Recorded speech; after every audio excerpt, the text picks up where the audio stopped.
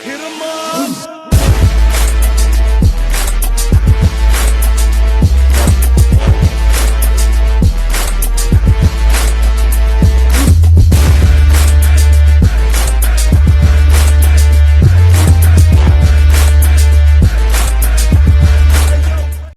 Assalamualaikum warahmatullahi wabarakatuh. Di sini saya yang bernama Muhammad Alfi Zakaria dari kelompok 2 akan mempresentasikan materi pada pertemuan kali ini. Baiklah, pada pertemuan kali ini saya akan membahas tentang pengertian filsafat. Filsafat berasal dari bahasa Yunani, yaitu philosophia. Philo yang berarti cinta, senang, dan suka, serta sophia yang berarti pengetahuan, hikmah, dan kebijaksanaan. Dengan demikian dapat disimpulkan bahwa filsafat adalah cinta pada ilmu pengetahuan. Adapun selanjutnya yaitu tentang filsafat. Filsafat adalah upaya manusia untuk mendapatkan hakikat dari segala sesuatu.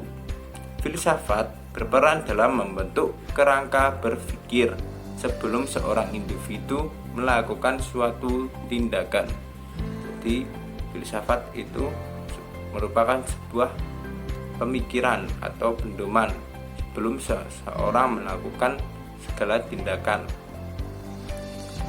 Adapun cara berpikir filsafat antara lain yaitu universal, yaitu memberi pemikiran yang luas dan tidak ada aspek tertentu, atau secara umum, pemikiran secara umum dengan menggunakan atau melihat kenyataan, bukan intuisi. Jadi pola berpikir filsafat yang itu universal atau menyeluruh.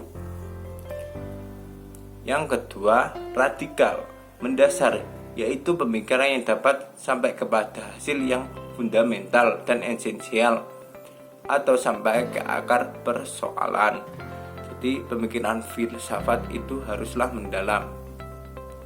Yang ketiga yaitu sistematis atau pola dan metode berpikir yang runtut dan logis,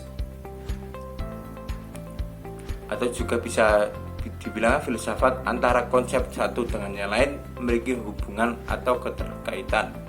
Jadi pola pemikiran filsafat itu saling berkaitan.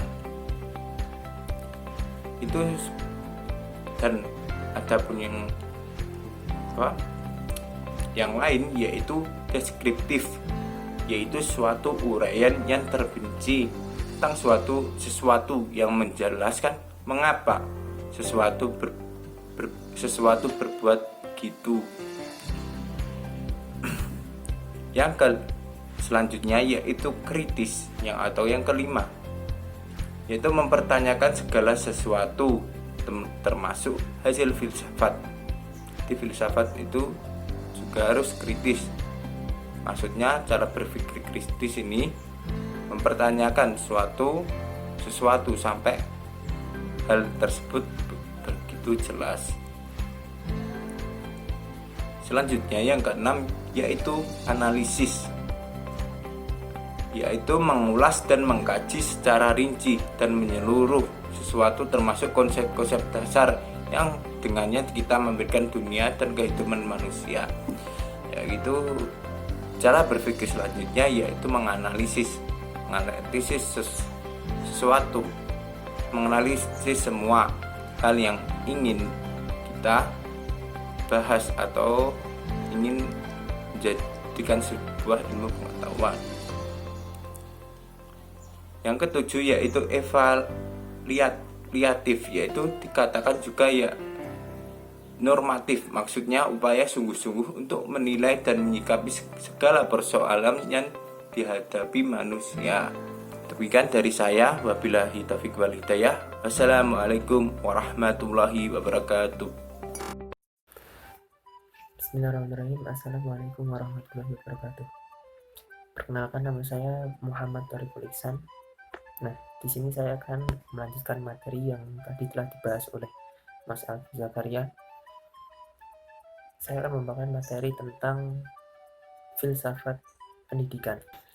Nah, di sini di dalam buku Filsafat Pendidikan karangan dari Profesor Jalaluddin dan Dr. Andes Abdullah mengemukakan bahwa Jones Brubache itu mengatakan bahwa hubungan antara filsafat dan pendidikan ini sangat erat sekali karena kedua disiplin tersebut memiliki problem-problem filsafat secara bersama-sama.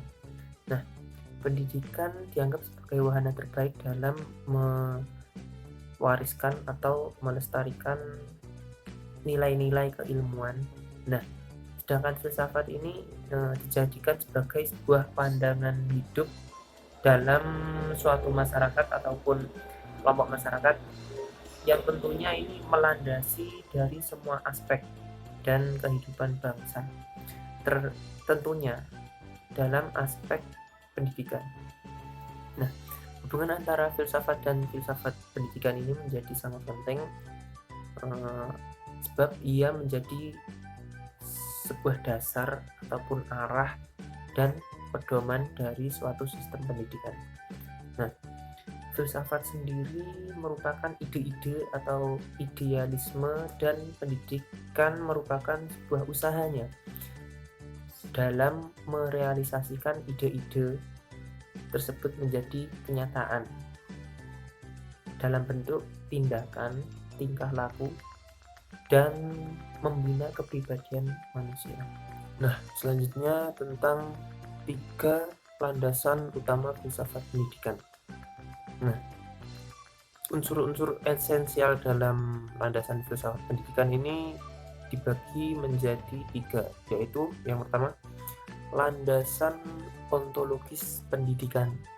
Nah, landasan ontologis ini sering disebut sebagai landasan tak nampak ataupun metafisik. Nah, konsep-konsep dari praktek pendidikan yang telah dikaji secara metodologis menjadi satu bentuk pengetahuan yang disebut ilmu pendidikan. Nah, itu adalah contoh dari landasan ontologis pendidikan. Yang kedua, yaitu landasan epistemologis pendidikan. Nah, epistemologis adalah cabang filsafat yang disebut sebagai teori pengetahuan. Selanjutnya yang ketiga yaitu landasan aksiologis pendidikan.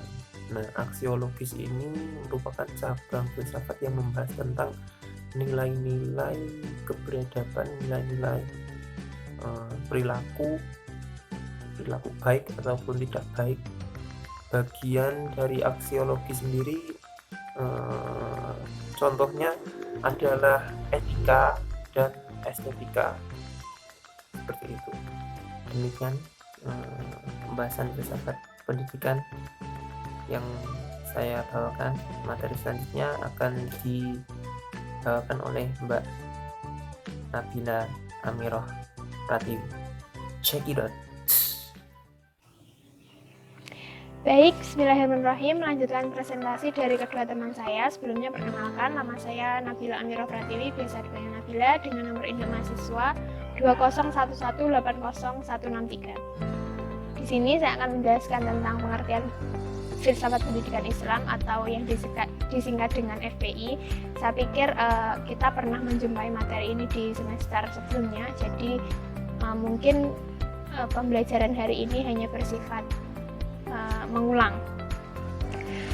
Pengertian filsafat pendidikan Islam saya mengambil dari 2 tokoh. Yang pertama Zuhairi dan Abu Munata. Menurut Zuhairi, FPI itu adalah studi tentang pandangan filosofis dari sistem dan aliran filsafat dalam Islam terhadap masalah-masalah kependidikan dan bagaimana pengaruhnya terhadap pertumbuhan dan perkembangan manusia muslim dan umat muslim.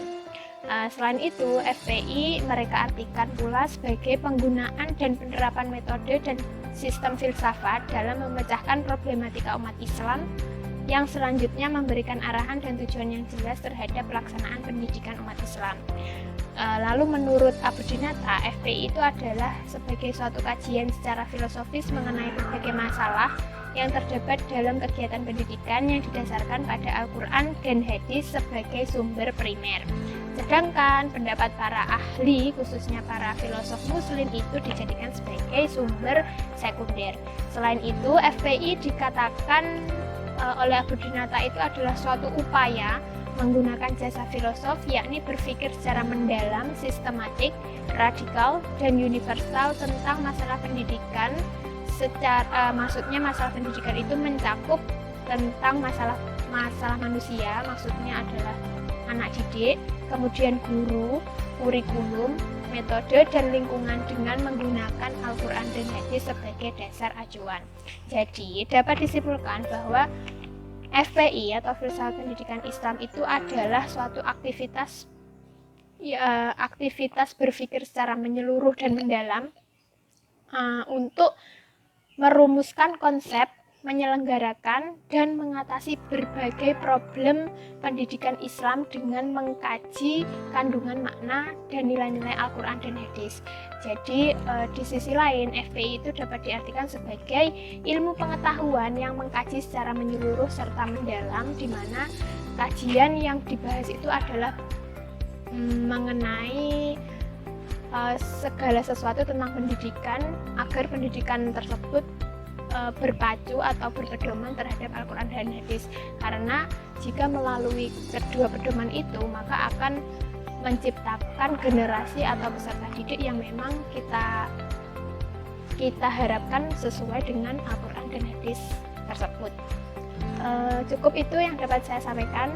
Selanjutnya ada kurangnya materi atau mungkin penambahan materi bisa kita lanjutkan dalam diskusi selanjutnya. Akhiran, terima kasih, semoga bermanfaat. Itu saja dari saya. Assalamualaikum warahmatullahi wabarakatuh.